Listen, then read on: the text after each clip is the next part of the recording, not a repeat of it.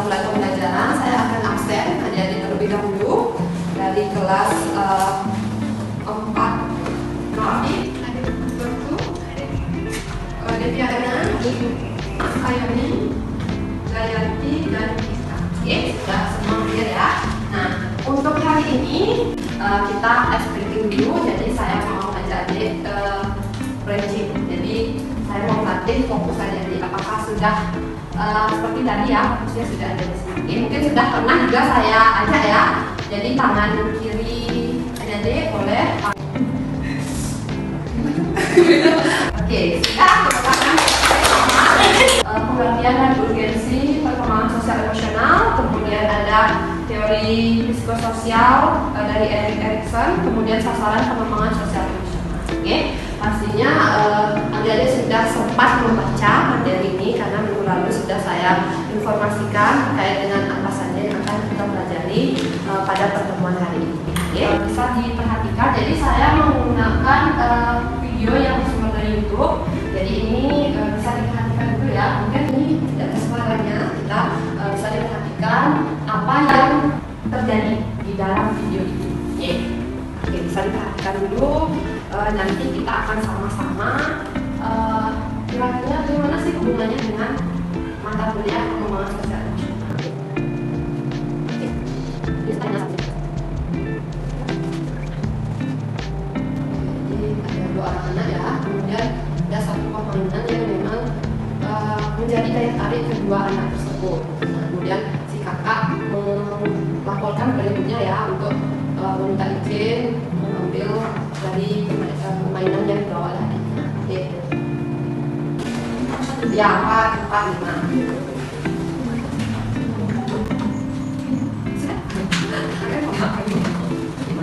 Karena pembahasan kita perkembangan sosial emosional ya, pengembangan sosial emosional anak usia dini. Nah, kira-kira konsep perkembangan sosial itu apa sih sebenarnya?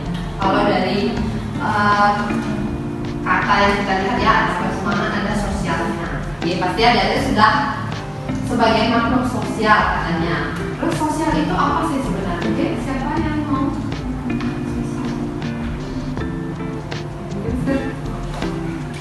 Semua coba. Nah, jadi menurut saya perkembangan sosial itu adalah jalinan interaksi anak kepada orang lain, misalnya dengan teman sebaya, orang tua, dan masyarakat yang luas. Oke, ya. Kuncinya di sana ada interaksi. Tadi ya, ada interaksi. Yang lainnya bagaimana? Sudah? Oke, Diwayu. Mau coba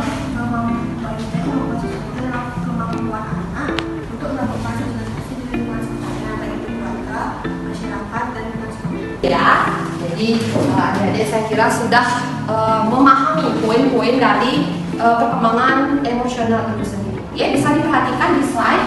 Jadi seperti yang tadi adik-adik sampaikan itu sudah sesuai semuanya ya dari pendapat teman-teman sekalian. Jadi perkembangan sosial itu bisa kita pahami bahwa itu adalah sebuah kemampuan anak dalam merespon tingkah laku seseorang yang sesuai dengan norma dan harapan sosial. Karena memang mereka berhubungan dengan orang lain, ya tentu harus juga berdasarkan norma dan ada. Kita tahu ya, perkembangan sosial dan emosional itu kan ada arahnya ke positif, ada juga ke arahnya negatif. Tentu saja kita keinginan kita adalah goalnya itu adalah ke arah yang positif. Nah, kemudian kalau dari perkembangan emosional, nah, kemampuan anak untuk memahami dan mengendalikan perasaan yang dialami. Jadi bagaimana dia bisa mengekspresikan apa yang sudah terjadi kepadanya, misalnya dengan interaksi itu pasti akan menimbulkan sebuah respon dari anak tersebut.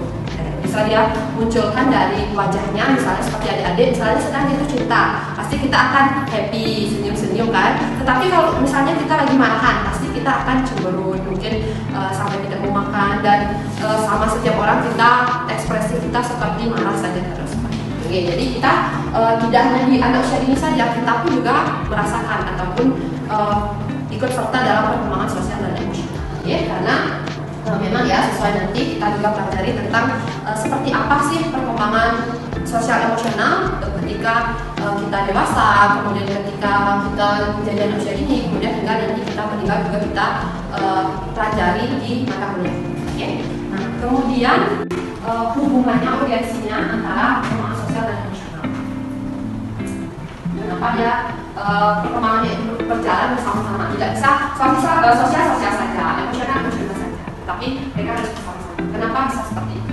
Gimana hubungannya antara sosial dan oke. Coba Surya ya.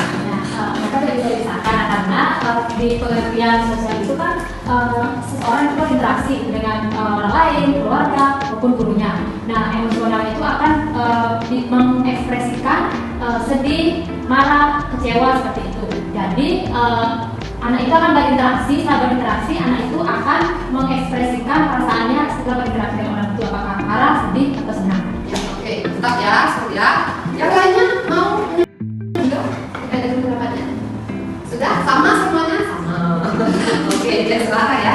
Oke, sudah sama semuanya dan memang sesuai dengan penjelasannya Surya tadi. Kalau kita berinteraksi dengan orang, tentu kita akan merespon dengan seperti apa perasaan kita, dengan emosional, kemudian kita tunjukkan dari wajah kita apa yang mau senyum, mau sedih atau seperti itu.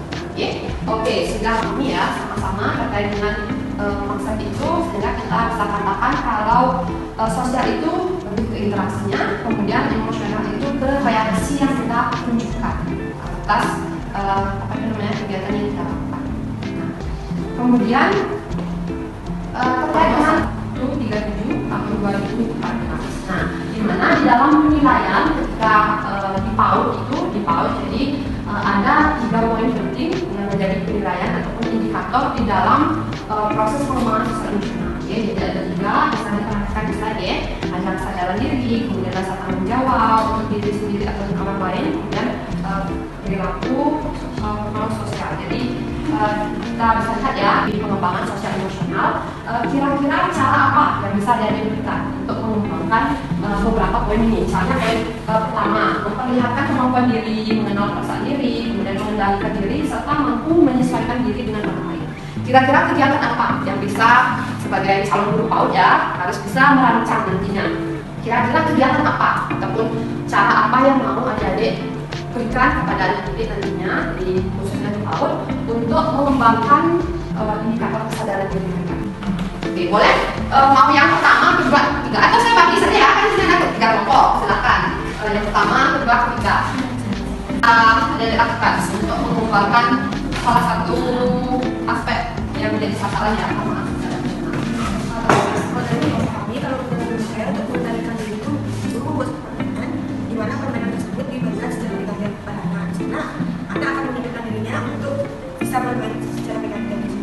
Oke, bermain secara bergantian. Oke, boleh ya, bisa kita terapkan untuk mengembangkan salah satu aspek atau semua aspek juga bisa masuk di sana ketika kita mengajak anak didik kita untuk bermain secara bergantian. Ya, bisa bermain bola, misalnya bermain dan sebagainya. Oke, bagus ya, kelompok 1.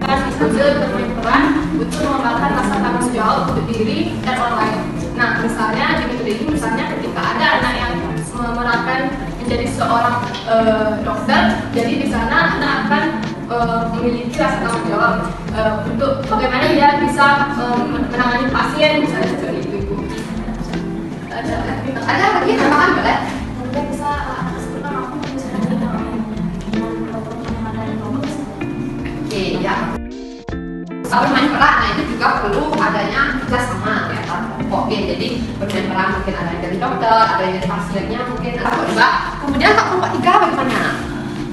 Kalau menurut kelompok kami, misalnya guru itu memulai pembelajaran kelas. Nah, jadi guru itu memberikan siswanya itu tugas menggambar. Sedangkan ada salah satu murid yang tidak membawa pensil, sedangkan murid yang satu ini membawa pensil. Jadi guru memberitahu siswa tersebut agar mampu berbagi kepada temannya yang tidak membawa pensil.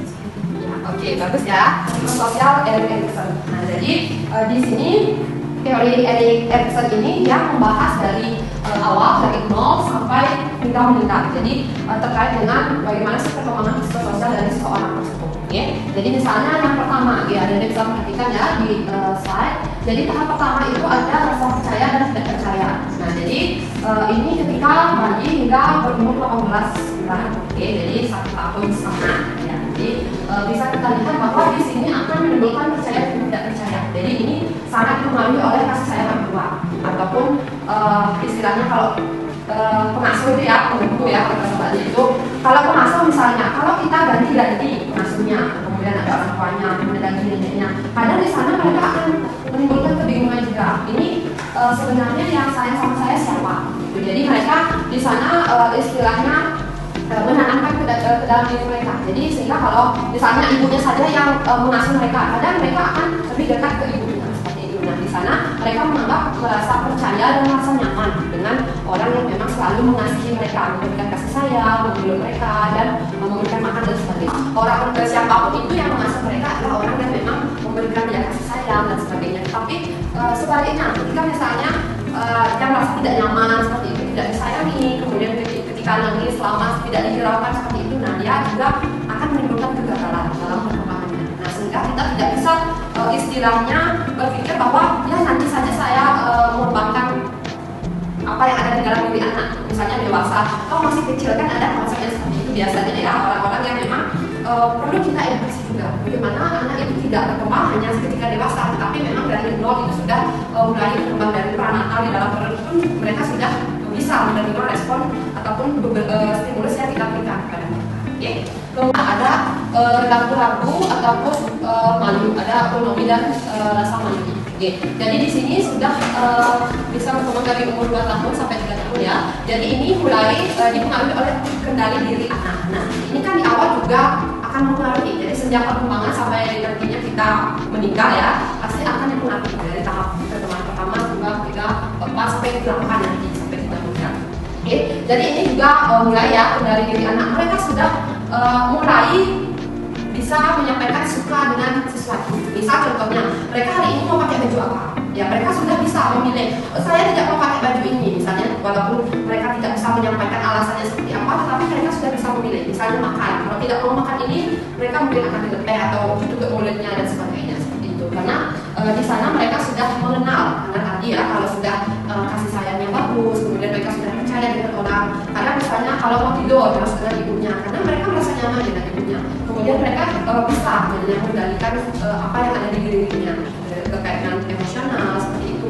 Sehingga kalau sudah mereka bisa mengendalikan diri, maka mereka akan bisa berotonomi ataupun menyesuaikan diri dengan lingkungan yang ada. Tetapi kalau mereka tidak mengalami perkembangan yang bagus, ya tentu mereka tidak akan merasa nyaman, malu, sulit untuk mengungkapkan apa yang dia sukai, apa yang dia tidak sukai. Kadang kan kalau orang yang malu ya, kita yang sudah dewasa pun bisa melihat. Kadang kita mau berargumen misalnya tidak percaya diri ataupun malu, ini benar nggak omongan saya, ini tidak atau bagaimana seperti itu. Mungkin sejak dulu kita ya, sejak dini itu mungkin ada hal ataupun perkembangan ini yang tidak maksimal. Oke, dan tentu saja kita juga harus latih. Tidak bisa perkembangan itu istilahnya instan. Ya, instan pun harus kita buat dulu ya, sebelum dimakan tidak langsung dilakukan. Oke, seperti tadi teorinya psikososial dari Erikson itu ya, ada yang positif, kalau bagus cara kita memakan pasti ada yang positif. Kalau kurang sesuai pasti dia artinya ke negatif. Oke, jadi jangan nanti kita fokus pada yang positif saja, tetapi kita melupakan ketika itu ternyata mereka mengalami perkembangan, tetapi arahnya ke hal yang negatif.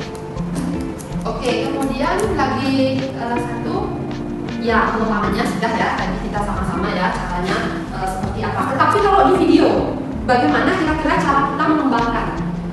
Tadi kan negatif ya, sekarang mengembangkan pasti tujuan kita ke arahnya positif. Kira-kira dari hal yang terjadi tadi, ya perlu orang lain, dalam arti perlu orang tua yang ikut serta di dalamnya. Kira-kira gimana cara pengembangannya untuk istilahnya mengarahkan pengembangan anaknya itu biar agar tidak ke arah yang negatif, tetapi lebih ke arah yang positif. Kira-kira cara apa yang bisa kita lakukan? Ya, dengan alat permainan yang lain. Selain itu ada lagi kira-kira? Sudah ya, sudah pas ya, sudah pas, mantap. Oke, nah terakhir silakan buat satu buah pertanyaan dan langsung jawabannya, oke? Sesuai dengan materi yang sudah kita bahas tadi. Oke, satu per orang, oke?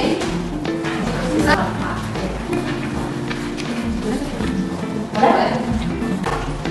Sudah habis ya waktunya 5 menit untuk membuat satu soal dan jawabannya, oke? Oke, coba satu Ada bagaimana cara mengembangkan ketika bertanggung jawab terhadap diri sendiri dan orang lain. Jawabannya mungkin kita sebagai guru, upaya yang dapat kita lakukan untuk mengembangkannya yaitu dengan mengajak anak untuk berbicara. Misalnya ada anak satu yang menjadi dokter dan anak satunya menjadi pasien. Jadi di sana anak harus bertanggung jawab terhadap orang yang didapatkannya dengan cara berperilaku seperti